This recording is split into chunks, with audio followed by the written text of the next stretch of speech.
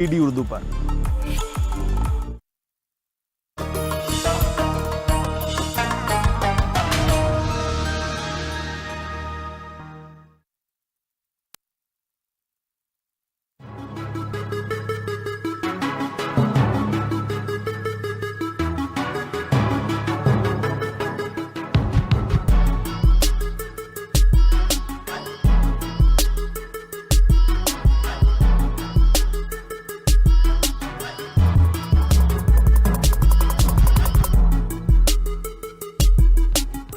आदाब नाजरीन, मैं हूं आपकी होस्ट और आपकी दोस्त सोनल मुदखिल। डीडी उर्दू की बेहद खास पेशकश फिट इंडिया हेल्दी इंडिया में आप सभी का इस्तकबाल है।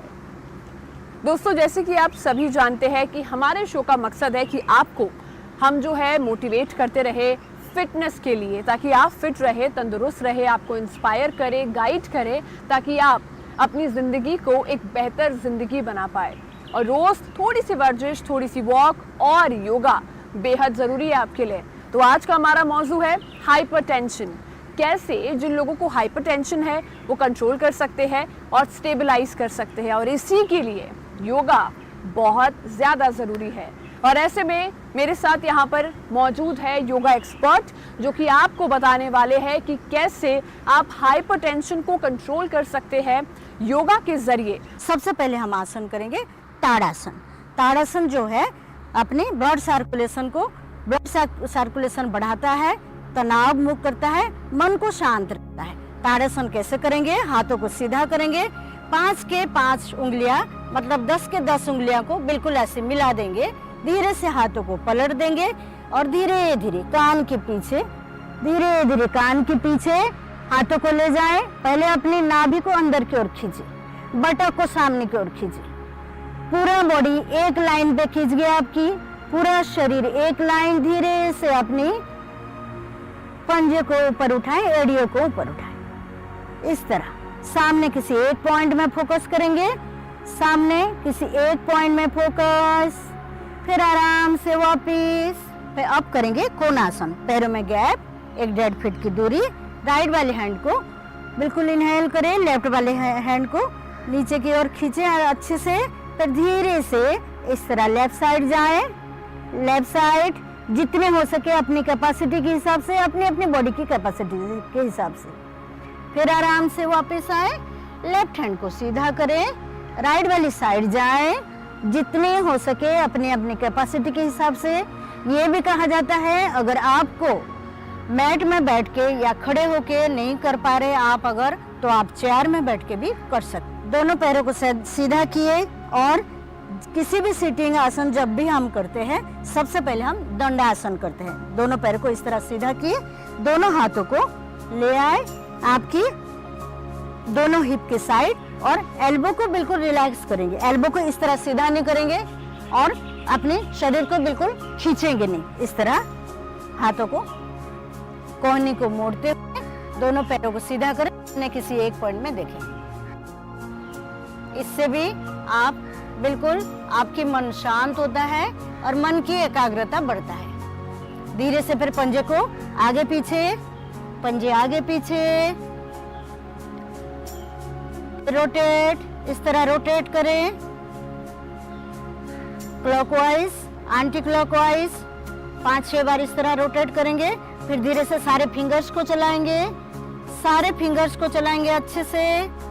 फिर राइट साइड इस तरह साइड की ओर ले जाएंगे, फिर टो को टच करेंगे इस तरह। इससे हम आपकी बिल्कुल पंजे खींचेगा अच्छे से।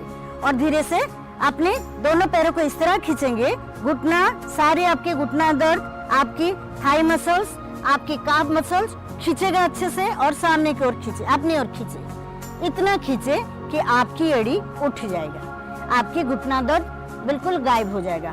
धीरे से उठाएं और रिलैक्स करें। फिर से धीरे से दंडासन की में स्थिति के में आएंगे और दोनों पैरों में गैप रखेंगे।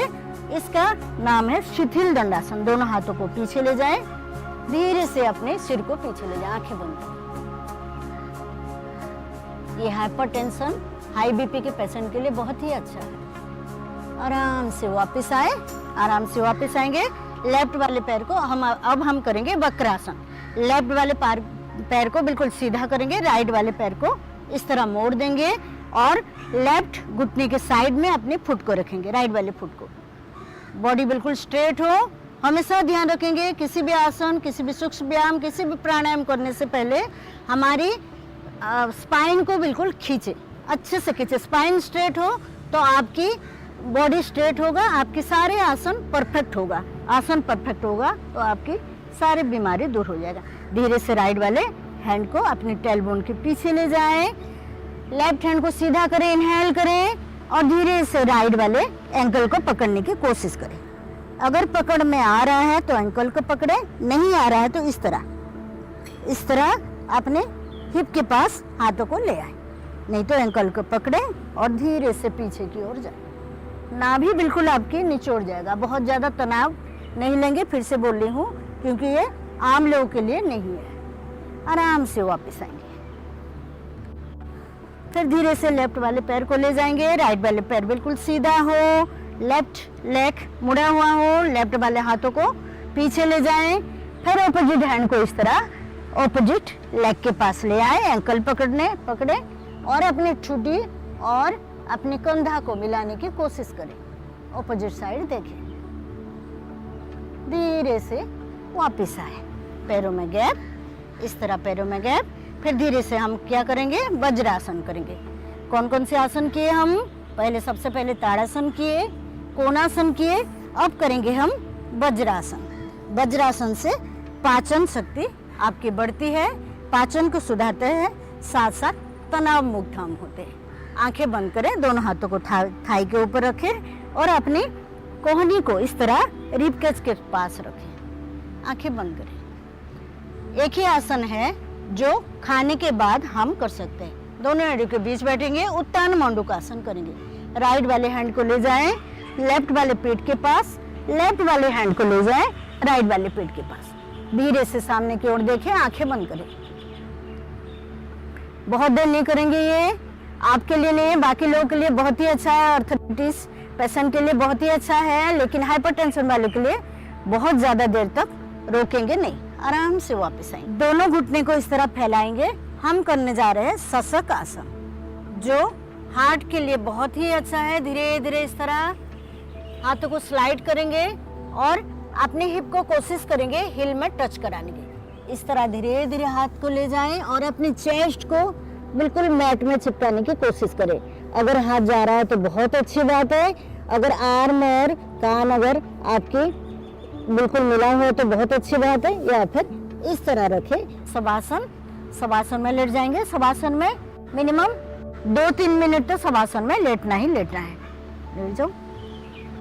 इस तरह दोनों हाथों को फैलाए, पैरों की स्थिति हो 1-1.5 फीट की दूरी, हाथों की स्थिति हो शरीर के बगल में रखे, वो भी 1-1.5 फीट की दूरी हो। आंखों को कोमलता से बंद करेंगे। प्राणायाम के लिए हम सबसे पहले हम करेंगे नाड़ी शोधन। हमारे शरीर में 72,864 नाड़ियां होती है, उस नाड़ियों की हम शोधन करेंगे। लेफ्ट हैंड से ज्ञान मुद्रा, राइट हैंड से इस तरह प्रणय मुद्रा बनाएंगे। राइट वाले थंब से राइट नोस्ट्रिल को बंद करेंगे और लेफ्ट नोस्ट्रिल से श्वास भरेंगे। काउंट करते हुए रिदम के साथ हर एक श्वास को अंदर लेते जाएंगे। इस तरह हम श्वास भरेंगे। नाड़ी शोधन यानी कि ये है अल्टरनेट नोस्ट्रिल ब्रीदिंग, हम अनुलोम विलोम करने जा रहे हैं। लेफ्ट से भरेंगे, राइट से छोड़ेंगे, राइट से भरेंगे, लेफ्ट से छोड़ेंगे। फिर से ये एक राउंड हो गया। फिर लेफ्ट से भरेंगे, राइट से छोड़ेंगे, फिर राइट से भरेंगे, लेफ्ट से छोड़ेंगे। Inhale from the left nostril, exhale from the right nostril and inhale from the right nostril and exhale from the left nostril. दूसरा प्राणायाम हम करेंगे शीतली प्राणायाम। शीतली प्राणायाम की विधि है, टंग को फोल्ड करेंगे, इस तरह टंग को बाहर निकालेंगे, फोल्ड करेंगे, दोनों हाथ ज्ञान मुद्रा में रहेगा, आंखें बंद रहेगा, स्पाइन आपकी स्ट्रेट रहेगा। ध्यान रखेंगे हमेशा प्राणायाम करेंगे या फिर जब भी बैठेंगे या फिर किसी भी आसन करेंगे, अपने स्पाइन को स्ट्रेट करें। रीढ़ की हड्डियां पीछे से स्ट्रेट हो, बिल्कुल सीधा हो। दोनों हाथों को ज्ञान मुद्रा में रखें और अपने जीभ को फोल्ड करें बाहर निकालते हुए। इस तरह श्वास भरे, धीरे से अंदर ले जाए और थ्रू नोस्ट्रिल प्रश्वास को बाहर निकाले। ये है शीतली। ये सिर्फ आसन प्राणायाम से तो ठीक नहीं होता है, सही नहीं होता है। हमें चाहिए आचार, आहार, विहार और विचार। ये सब भी अगर हम अपने योग में या हमारी मन और शरीर में हम जोड़ दे तो पूरा हम सही तरीके से जीवन जी पाएंगे।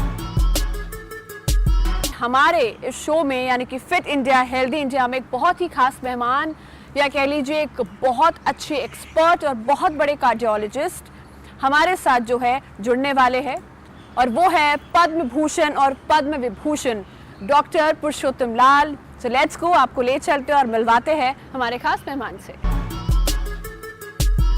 आज हमारे साथ एक बहुत ही खास मेहमान यहाँ पर मौजूद है।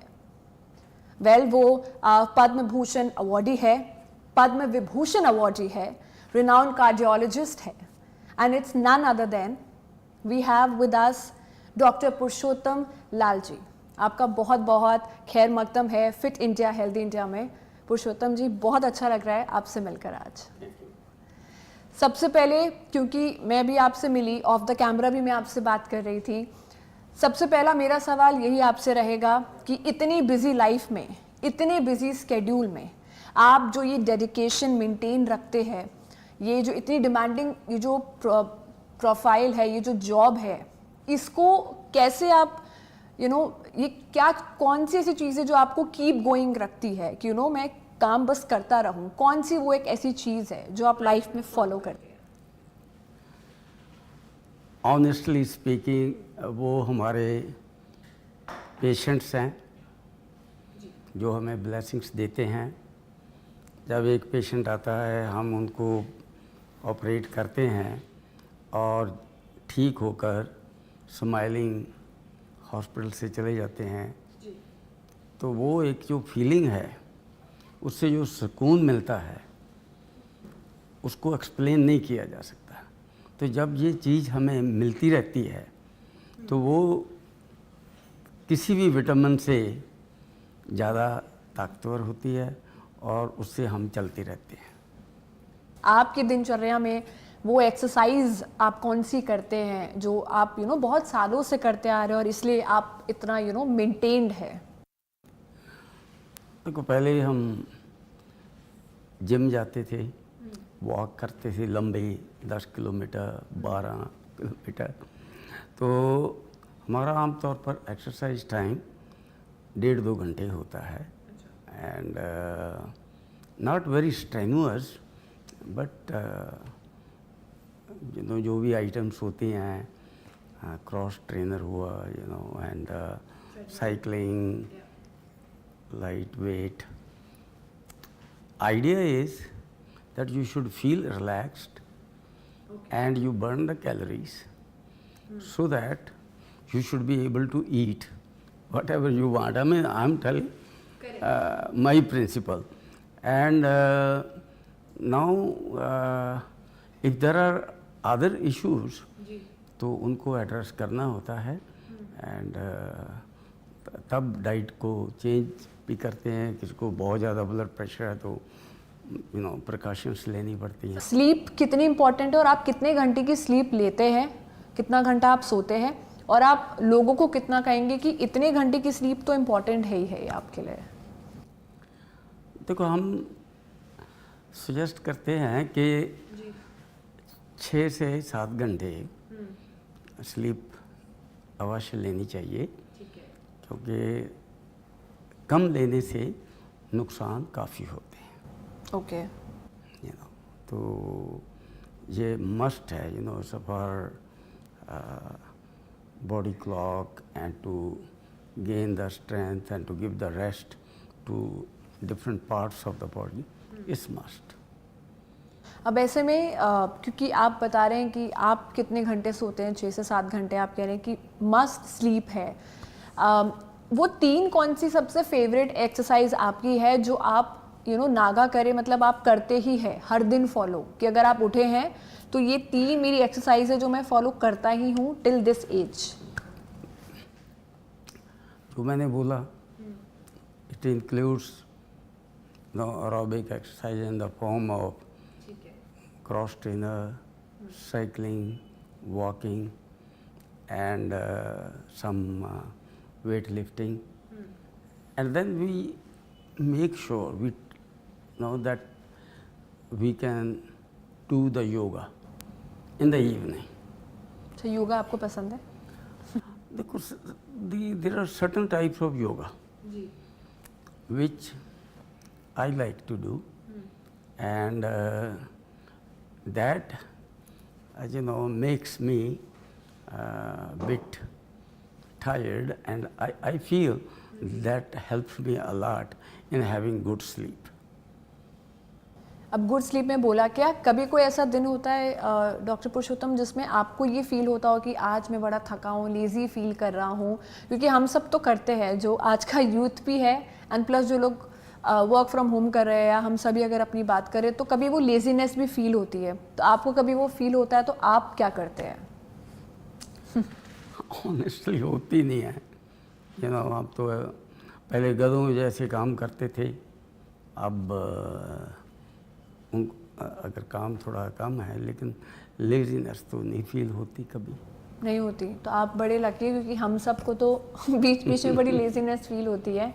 तो क्या ये रिलेट है आपके खाने से भी, कि जो आप कंज्यूम करते हैं उससे आपकी बॉडी पर इम्पैक्ट पड़ता है और आप इसलिए लेजी फील नहीं करते? I think laziness is more like a habit, and it depends. If I want to be lazy, I can lie down and watch TV or do, I can, but we have so busy schedule, one or the other thing, so it doesn't happen. दो ऐसे और कौन से food है या खाना है जो आपके लिए मस्ट इम्पॉर्टेंट है, लाइक एज अ डॉक्टर आप क्या और खाते हैं? See, primarily I am vegetarian, and so both during lunch or dinner we eat chapatis and sabji dal, salad, simple, and maybe some dessert. Our dessert, like my dessert in the evening, is generally good. ठीक है sir, तो हम lifestyle की हम बात कर रहे हैं, थोड़ा सा अगर हम यंग जनरेशन के बारे में बात करें, एक अलग लाइफस्टाइल हमें देखने को मिलती है यूथ की, कि बाहर खा रहे हैं, स्ट्रीट फूड खा रहे हैं, जो शॉप्स लगी होती है बाहर बसेस, जहाँ पे हम देखते हैं चाइनीज़ मिल रहा है with lots of spice in it. आप उसे कितनी हद तक मानते हैं कि कितनी हद तक उसे कंज्यूम करें, और उससे हमारी लाइफस्टाइल पर, हेल्थ पर कितना इम्पैक्ट पड़ रहा है? क्योंकि ऑफिस में लोग बीच के ब्रेक में सैंडविचेस खा रहे हैं या कुछ अनहेल्दी सा खा रहे हैं, उसका कितना मेजर इम्पैक्ट पड़ता है हमारी हेल्थ पे? देखो, यूजुअली हम देखते हैं कि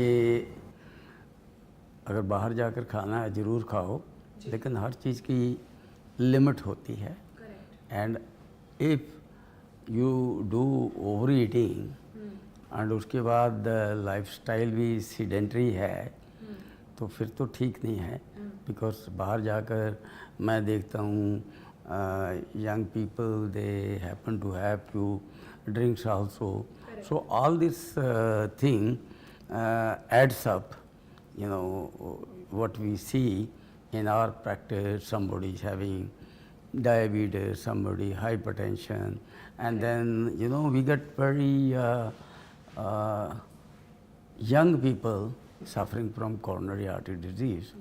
अब बात करते हैं मेन मुद्दे की, जो कि है हाइपरटेंशन, जिसको लेकर आज का हमारे शो का मौजू भी ये है कि हम हाइपरटेंशन पर बात कर रहे हैं। एक बड़ा बेसिक क्वेश्चन से मैं शुरुआत करूंगी कि हाइपरटेंशन क्या है और ये क्यों साइलेंट किलर भी कहा जाता है, तो थोड़ा सा प्लीज़ एक्सप्लेन कीजिए। तो hypertension, when the blood pressure is high, that is called as hypertension. Now blood pressure is the pressure or the force जो कि ब्लड डालता है आर्टेरियल वॉल के ऊपर, तो उसको जब हार्ट कंट्रैक्ट करता है तो एक फोर्स आर्टरी के ऊपर जाती है जिसको हम सिस्टोलिक ब्लड प्रेशर कहते हैं।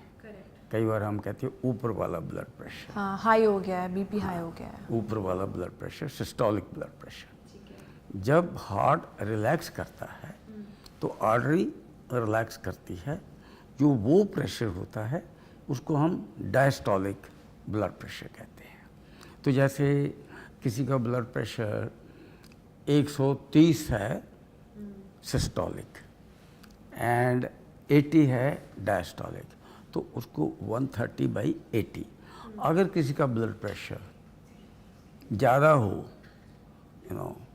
जो लिमिट हम आमतौर पर मानते हैं, हम अपनी प्रैक्टिस में ज़्यादातर मानते हैं 140/90, और but it depends upon the age of the person and many other factors. Sometimes in some people we want only 120/80, So when the blood pressure is high, and that is called as hypertension. और आपके हिसाब से अगर हम 30 के age group की बात करें, उनके लिए क्या पैरामीटर होना चाहिए ब्लड प्रेशर का?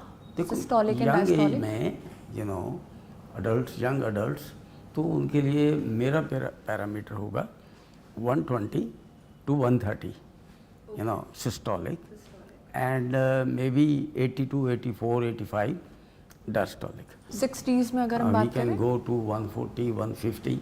There we don't want 120, and lower figure we don't want usually more than 90.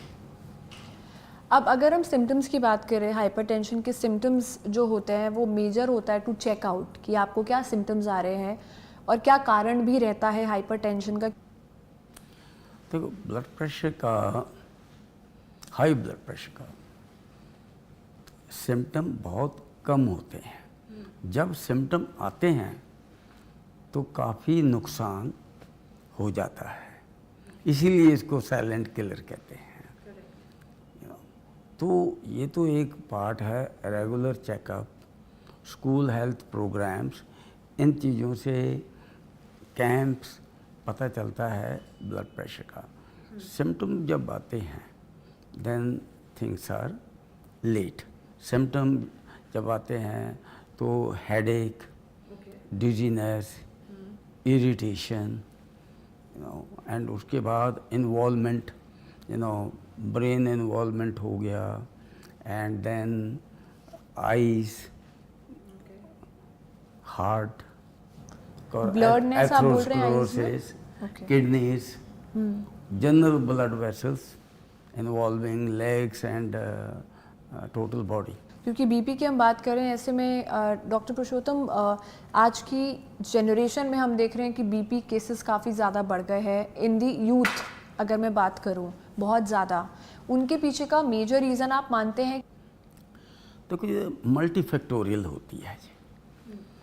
उसमें डाइट, जैसे हाई साल्ट इनटेक और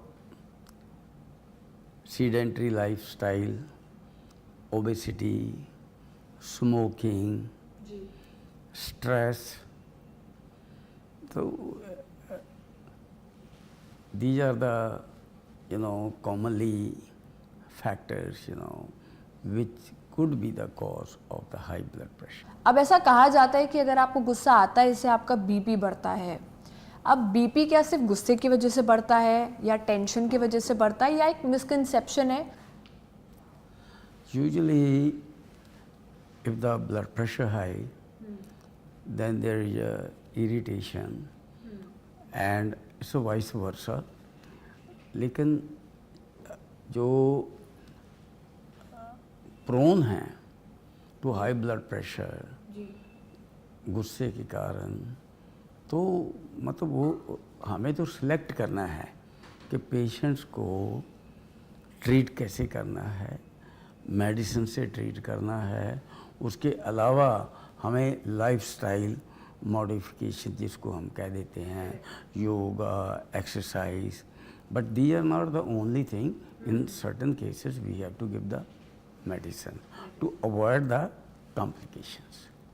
करेक्ट. अब hypertension is a very big concept also. आज की सोसाइटी में हम देखते हैं अगर ये कंट्रोल ना हो तो इसका हमारे हार्ट पे, हमारे ब्रेन पे और हमारे लिवर पे जो है कितना ज़्यादा इम्पैक्ट आप मानते हैं कि पड़ता है? तो high blood pressure, as we have said before, silent killer. And तो ब्रेन में जो स्ट्रोक, ब्रेन हैमरेज हो जाना, आर्टरी ब्लीडिंग होनी, और उसके बाद आइस के रेटिना में कॉम्प्लिकेशंस आना, हाइपरटेंसिव रेटिनाइटिस हम कह देते हैं, तो उसमें भी विजन लॉस भी हो सकता है. Then atherosclerosis mean hardening of the arteries. तो हार्ट की जो आर्टरीज हैं उसमें ब्लॉक पैदा करना, तो हाई ब्लड प्रेशर से वो ब्लॉक पैदा होते हैं. वो कौन से 3 मेजर लाइफस्टाइल मंत्रा है जो हर एक इंडिविजुअल को, चाहे वो 30s में हो, 40s में हो, 50s हो, 60s हो या 80s हो, फॉलो करना ही चाहिए? देखो, हम यही कहते हैं कि वेट को मेंटेन करना चाहिए in ideal way, exercise programme को फॉलो करना चाहिए, और जैसा भी किसी का प्रोफेशन हो, डेडिकेशन इज मस्ट. हमारे प्रोफेशन में हम स्ट्रेस करते हैं कि हर पेशेंट को अडॉप्ट करो, अपना बिल्कुल एज के मुताबिक रिलेटिव समझो, brother, sister, father, mother. And if you will follow all this, I think everything goes in a happy way. Perfect. Thank you so much doctor Purushottam ji, आपने अपना समय हमें दिया. फिट इंडिया, हेल्दी इंडिया पे इतने अच्छे अच्छे सजेशंस दिए, टिप्स दिए आपने, जिससे लोग रिलेट कर पाएंगे और होपफुली वो अपनी लाइफस्टाइल में भी ऐड ऑन कर पाएंगे कि अगर हम कुछ अच्छा भी खा रहे हैं तो कैलोरीज भी बर्न करनी इक्वली इतनी इम्पॉर्टेंट है. Thank you so much. तो देखा आपने किस तरीके से जो हमारे मेहमान हैं डॉक्टर पुरुषोत्तम जी, उन्होंने आपको लाइफ लीडिंग सजेशंस दी जिसकी बुनियाद पर आप ज़िंदगी को बेहतर बना सकते हैं, एक सेहतमंद ज़िंदगी बना सकते हैं. और हाइपरटेंशन सिर्फ एक शब्द नहीं है, वो एक बहुत बड़ी प्रॉब्लम है जिसको हमें फेस करना है, समझना है, और कैसे हम हाइपरटेंशन को स्टेबल कर सकते हैं, कंट्रोल कर सकते हैं, उसके बारे में समझना है और अपनी लाइफ में उसको फॉलो करना है. कि एक अच्छी लाइफस्टाइल जिए, वॉक करिए, योगा करिए, मुस्कुराते रहिए, और जैसे कि डॉक्टर पुरुषोत्तम जी हमेशा मुस्कुराते रहते हैं, ऐसे उनकी तरह हमेशा मुस्कुराते रहिए. Thank you so much doctor Purushottam ji, it was nice meeting you. बहुत बहुत अच्छा लगा.